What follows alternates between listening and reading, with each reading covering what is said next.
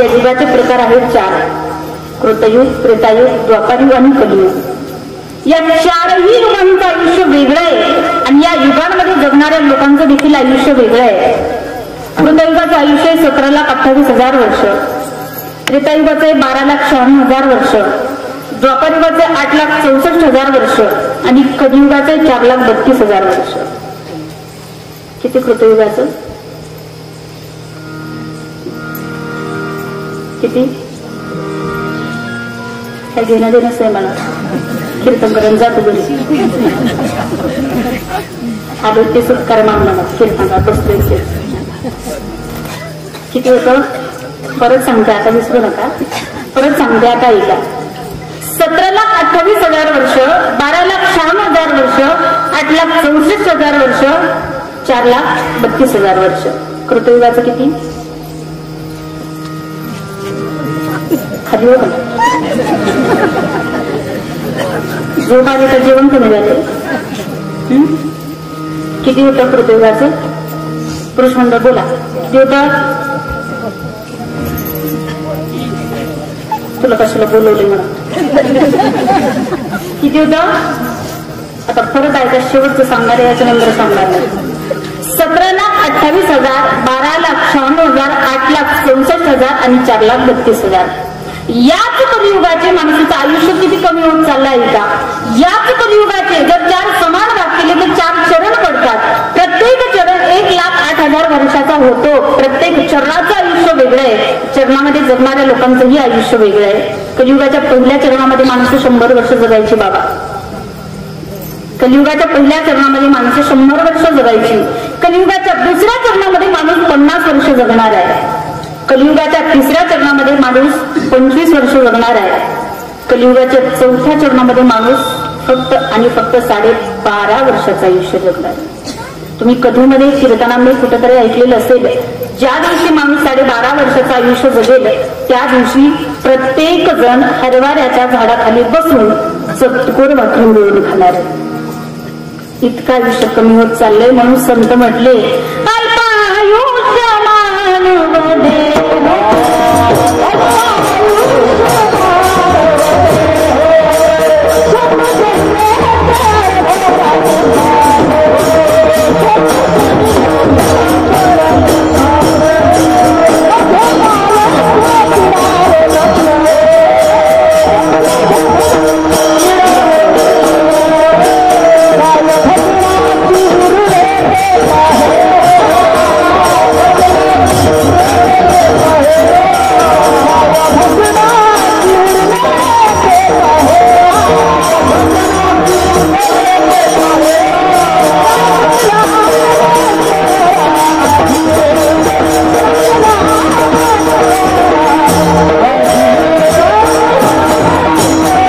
कमी आयुष्य जाणार आहे, हा देह जाणार आहे. म्हणून तुकोबारा म्हणतात, देह नवी निघणी करे उरला उरे विठ्ठल. तुकोबारा म्हणतात, काय माणसाला खाण्यासाठी टपलेला आहे आणि त्या भगवंताचं चिंतन करा.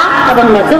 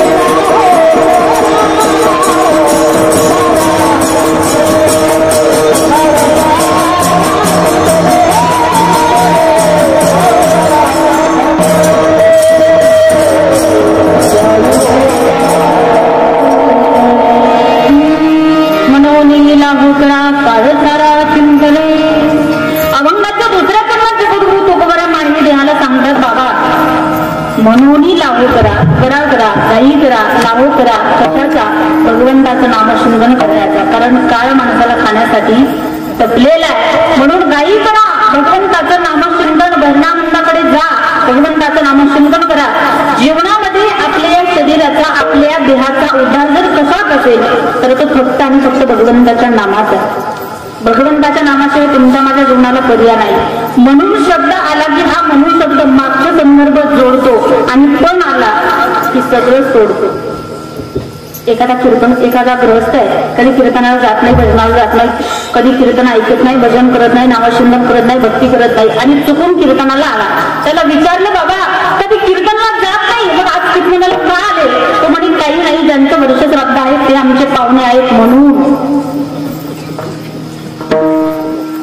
एखाद्या मुलीचं लग्न जमवायचंय, मुलगी शिकलेली आहे, भरपूर शिकली, छान दिसते, गोरापान रंग आहे आणि ते सांगत सांगत सांगत त्याला भरपूर काही सांगितलं. मुलीला सहभाग येतो, मुलगी चांगली दिसते, मुलीकडे सर्व गुण आहेत, एम.कॉम मुलीचं झालेलं आहे, पण म्हणजे मागचं सांगितलेलं सगळं खोटं. म्हणून आला की तो संदर्भ जोडतो, पण आला की सगळं खोटं ठरतं. म्हणून तो कोबरा म्हटले, म्हणून नामस्मरण करा, म्हणूनही लावू करा, काळ सारा शिवतरे. नरदेह प्राप्त झाला, दुर्लभ नरदेह देवानं दिला, देवे दिला देह, तो या झाला काटा. आणि भगवंताचं नामस्मरण असेल, भगवंताची भक्ती असेल, ही जर करायची असेल तर माणसाला योग्य वयामध्ये आणि योग्य वेळेमध्ये करावी. बाबा म्हातारपणी माणसाच्या आयुष्याचे सूत्र बिघडती, आयुष्याचे सूत्र बिघडते. म्हातारं झालं की माणसाला ऐकू येत नाही, दिसत नाही, बोलता येत नाही, भजन करता येत नाही, नामस्मरण करता येत नाही. आयुष्याचं सूत्र एकदा बिघडलं की माणूस पुन्हा परमार्थ करू शकत नाही. बाबा ज्यांना ऐकू येत नाही तर लोक एवढे विचित्र राहते, ते इतके जोरात बोलते की ते समोरच्याला बहिरं समजते.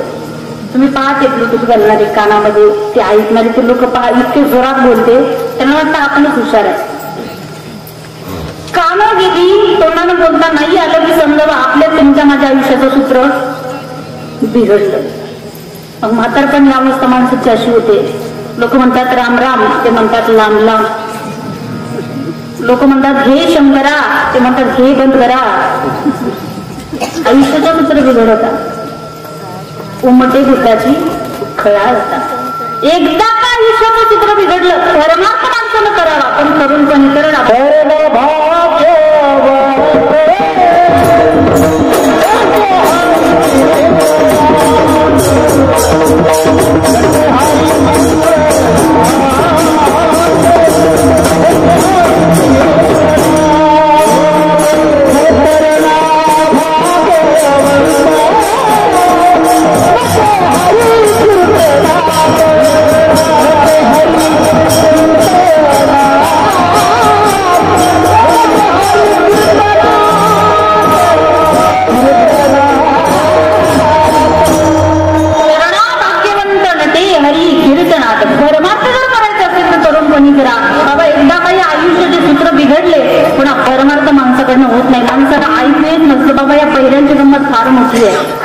प्रक्रिया आहे. एका गृहस्थाचं लग्न झालं, लग्नाला 4 महिने झाले, बायकोला बोलायचा, बायको बोललेली, त्याला ऐकू येत नव्हतं. हा डॉक्टरकडे गेला, डॉक्टरला म्हणला, डॉक्टर माझी अडचण आहे, माझ्या बायकोला ऐकू येत नाही. डॉक्टर म्हणे सर्दी ताप खोकल्याची गोळ्या दिल्या, त्याला जर असं गोळ्या देऊन मी बरं केलं असतं, पण इथून तिचं मी कसं सांगणार तिला ऐकू येत नाही, तू घरी जा आणि किती फुटावरून तिला ऐकू येत नाही हे बघ आणि नंतर माझ्याकडे. हा घरी गेला, पहिल्या बारात उभा राहिला, बायकोला म्हटलं अगं काय भाजी केली, काय प्रतिक्रिया आली. हा म्हणेला 50 फुटावरून ऐकू येत नाही. पुन्हा दुसऱ्या बारात गेला, हा पुन्हा म्हणे अगं काय भाजी केली, तिचा काही रिप्लाय झाला नाही. परत तिच्या जवळ गेला, रक्कन हात उचलला आणि हळू मारलं. जोरात मारायची हिंमत, जोरात मारायची हिंमत, जोरात मारू शकत, बोला, जोरात मारू शकत, जोरात मारायची हिंमत. नंतर तुमचं तुम्हाला बघायचं बरं, ज्यांचे आले ते बोलू नका. माणूस मारत नाही जोरात, उचलला आणि हळू मारलं. हा म्हणे तुला किती वेळची विचारतोय की भाजी काय केली, ही म्हणे मी तुम्हाला 3दा सांगितलं वांग्याची भाजी केली. तुम्ही बोला बरं नाही तर इथं डॉक्टर बोलावं लागेल. म्हणजे प्रॉब्लेम कोणाचा होता, याचा होता. आणि हा डॉक्टरकडे कशासाठी गेला, बायकोसाठी गेला. ही पहिल्यांची गंमत आहे. माणसाला ऐकू नाही आलं, बोलता नाही आलं, चालता नाही आलं, की देवाच्या मंदिरात जाता नाही आलं. तुम्हाला एक सांगेल, तो देव नाही समजला तरी चालेल, पण इथला देव समजून घ्या. माणूस मंदिरात जातो, देवाच्या समोर जातो, देवासमोर हात जोडतो, देवाच्या पाया करतो. 4थ्या 5व्या 6व्या सेकंदाला माणूस जीवनात एक चुकी करतो. ज्या देवाच्या समोर आपण गेलो त्या देवाच्या समोर जाऊन आपण डोळे झाकतो. गेलो कशासाठी, दर्शनासाठी. आणि काय केलं, डोळे बंद केले. मग तो देव आपल्याला समजला नाही चालेल, पण या अंतकरणातला तिथे एक सेन्स आहे, त्याचं नाव आहे तैसा हृदयामध्ये मी असता सर्व सुखाचा. फिजिकली अनफिट झालं की मानसिक अडचणी वाढत जातात. म्हणून जोपर्यंत तरुण आहेत तोपर्यंत घ्यायचा परमार्थ, नाही तर एक दिवस जायचं मग लोक टाकणार, म्हणून घ्यायचा परमार्थ करायचा. मला आमच्या गावातली बरीच लोक मला म्हणतात, शिवांजली लय लवकर परमार्थाला लागले. खरंच म्हणतात, लय लवकर परमार्थाला लागले. मी त्यांना सांगत असते, बाबा तुम्ही पण याच वयात यावं यात. नाही समजलं, तुम्ही पण याच वयात यावं यात. घरी जाऊ पण तुम्ही पण याच वयात यावं.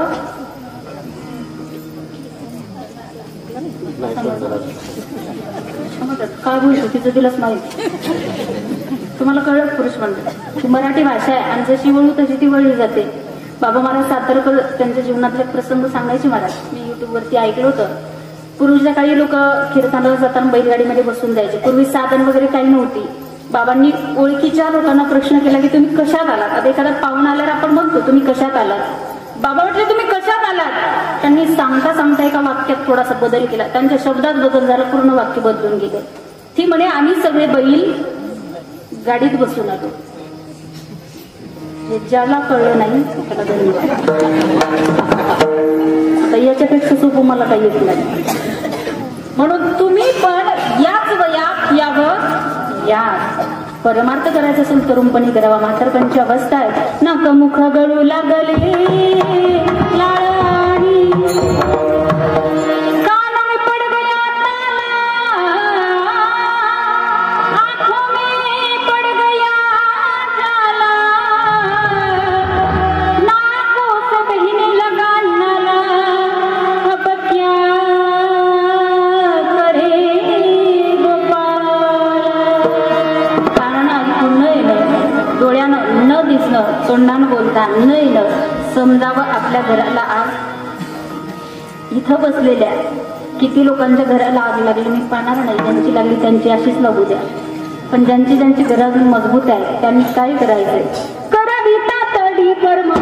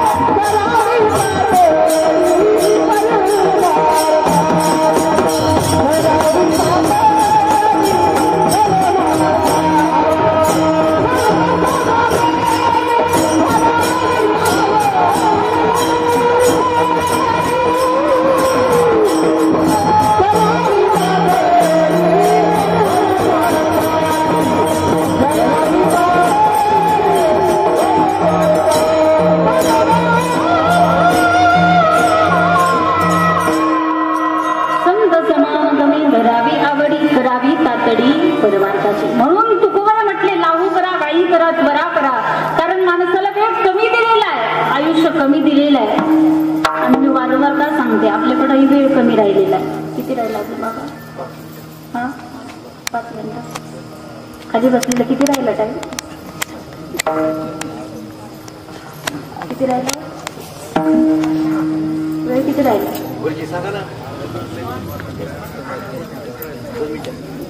मी कीर्तनाचं नाही विचारत, आयुष्याचं विचारत. मला माहिती माझ्याकडे 2 तास आहे तिथं वेळ पाहायला. मी कीर्तनाचा विचारच नाहीये, आयुष्याचा विचार. आयुष्याचा वेळ सांगता येतो. इथं इतक्या थाटात उभी राहून कीर्तन करते महिला मंडळ, घरी जाईपर्यंत राहील याची गॅरंटी नाही. मार टाकलेली म्हणजे वस्तुस्थिती आहे. सांगू शकत नाही कोण कधी जाईल याची शाश्वती गॅरंटीवरून ती माणसाकडे आहे. क्षण भंगूर नाही बरोबरचा भारी सावध तोडा माया अशा काही नचले मग गळा पडेल पुढे हुशार थोडा हे ओळख साधा. राम राम स्मरा, राम राम स्मरा. कधी राम राम स्मरा? कशाच्या आधी?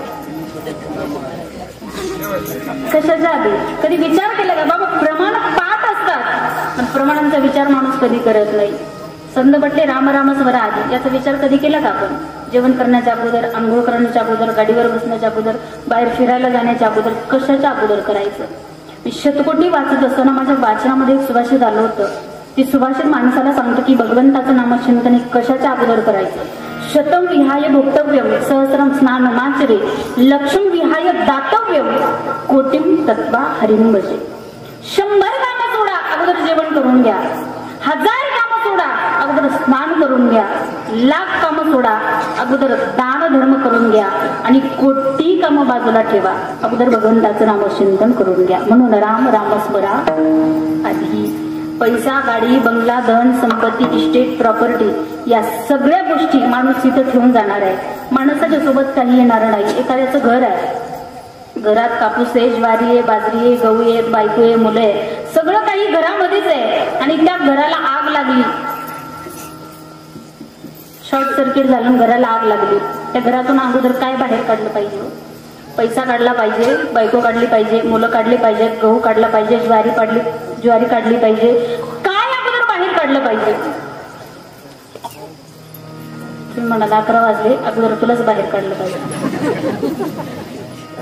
ही प्रत्येकाची भूमिका आहे. काय काढलं पाहिजे अगोदर? आदरणीय गुरुजी एक प्रसंग सांगायचे. कुंभार आणि कुंभारी यांचं जर आयुष्य भरपूर असेल तर मडक्याची कमतरता पडत. मग अगोदर काय काढलं पाहिजे? अगोदर काय काढलं पाहिजे? हा अगोदर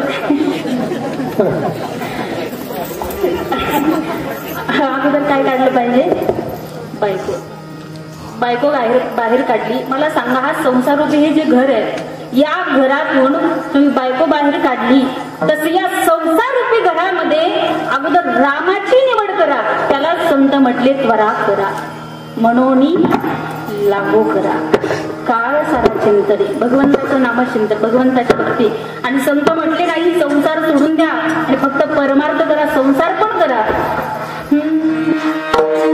संसारी असावे असुनी नसावे,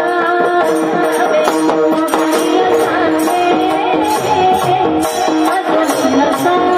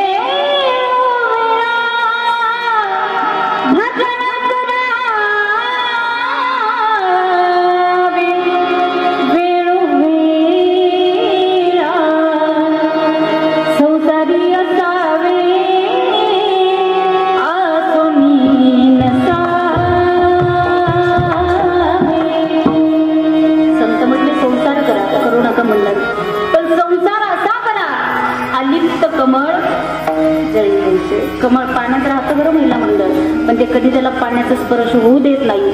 संत म्हटले तसंच आपल्याला संसार करायचा. पक्षी अंगणी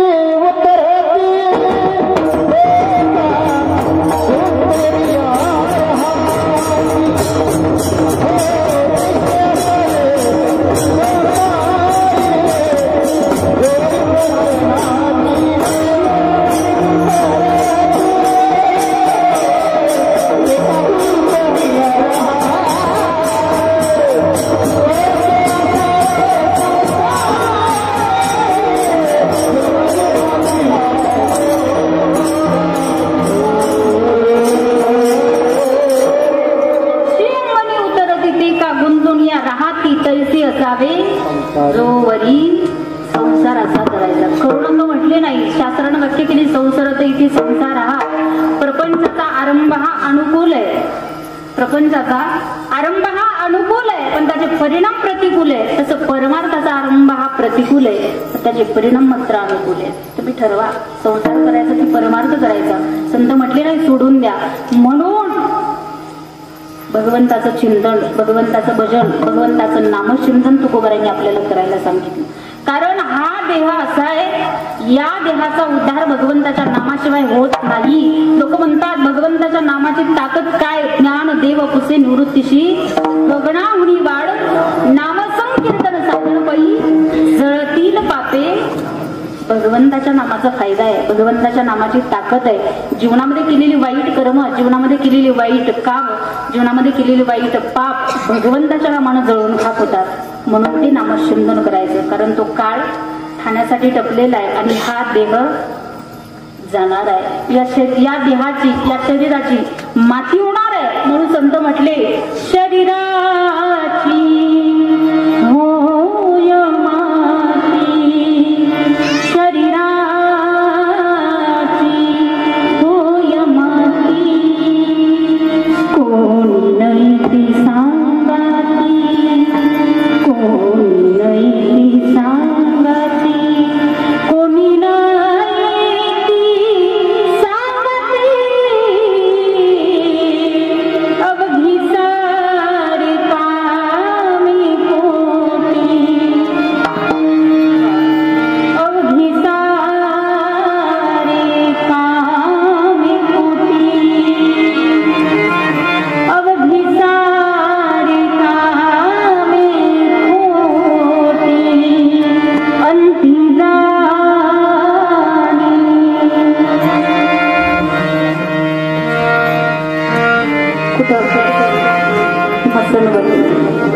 जावं लागणार आहे.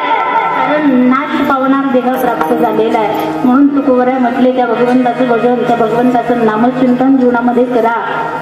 म्हणून लावू करा काळ सारा चिंतन आहे. तुकोबाराय म्हटले पालनाची चिंता करण्याची गरज नाहीये.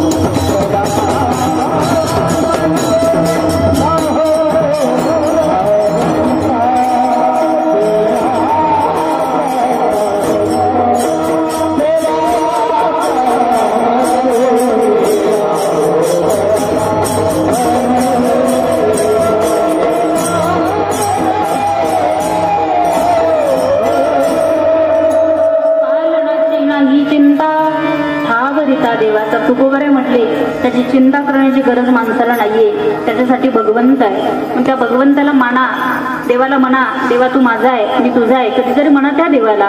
बाकीची चिंता करण्याची गरज माणसाला नाही. हे तुकोबारायांचं सांगणं आहे. त्याच्यासाठी भगवंत आहे. म्हणून त्या देवाला कधीतरी मान्य करा. लोक देवाला मानायला तयार नाही बाबा. नास्तिक लोक जगात जन्माला आली, देवाला मानत नाही.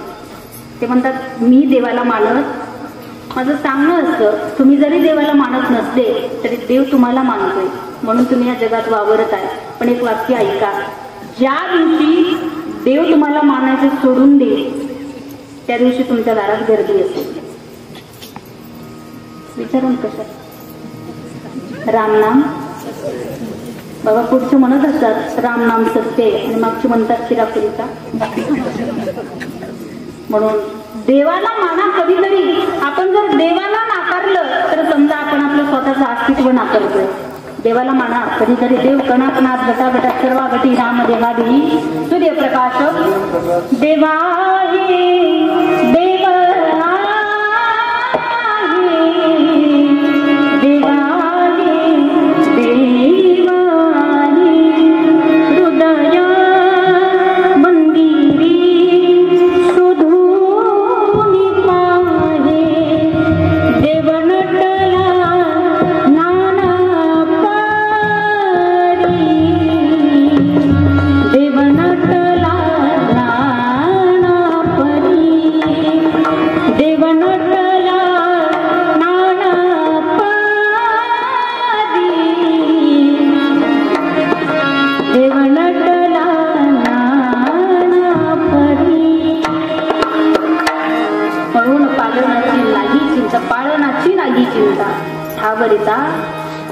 देवाचा. एकदा वारकरी संप्रदायाच्या नियमाप्रमाणे भजन होईल. सगळ्यांनी प्रेमाने 2 हात वरती करायचे. महिला मंडळ पुरुष मंडळ सगळ्यांनी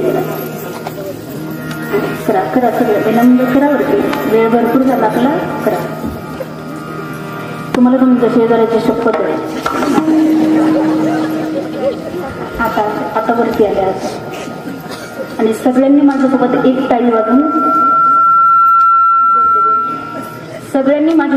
टाळी वाजून प्रेमानं भजन म्हणायचं. सगळ्यांनी एक सोबत वाजवायची. एक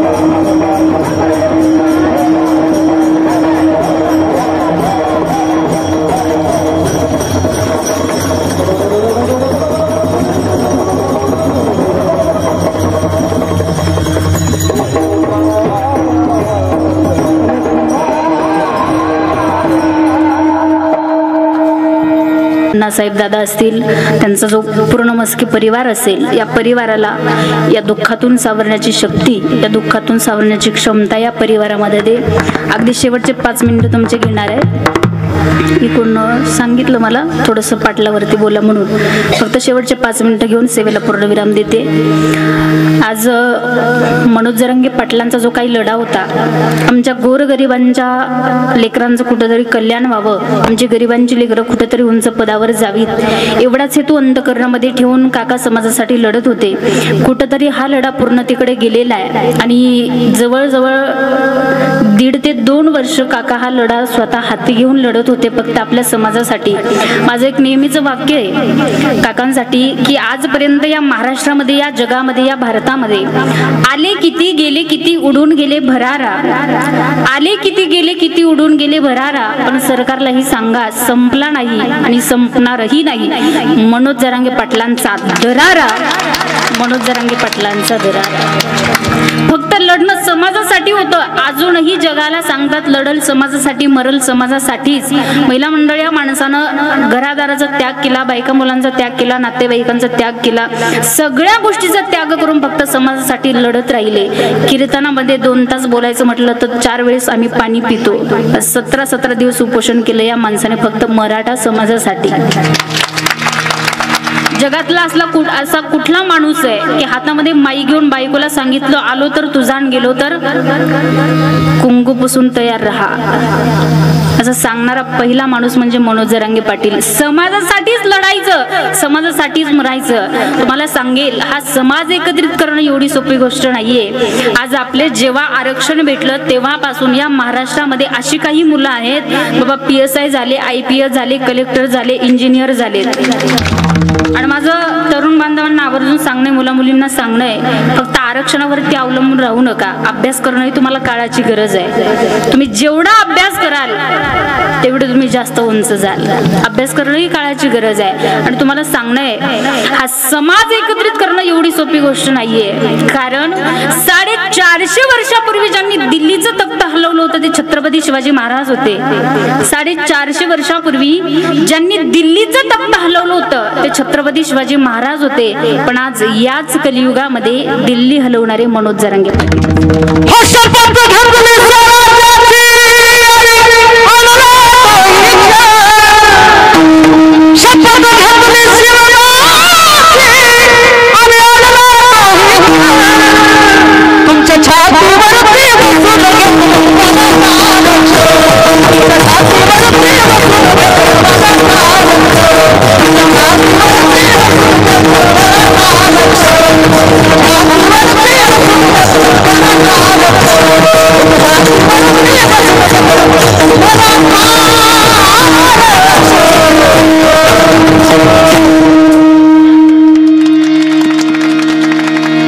समाजासाठी जो हा लढा हाती घेतलेला आहे काकांनी, समाजासाठी लढत राहिले, लढत आहेत, लढत राहतील. मी एक शेवटी छोटस एक गीत तयार केलेलं तेवढं म्हणते आणि सेवेला मी पूर्णविराम देते.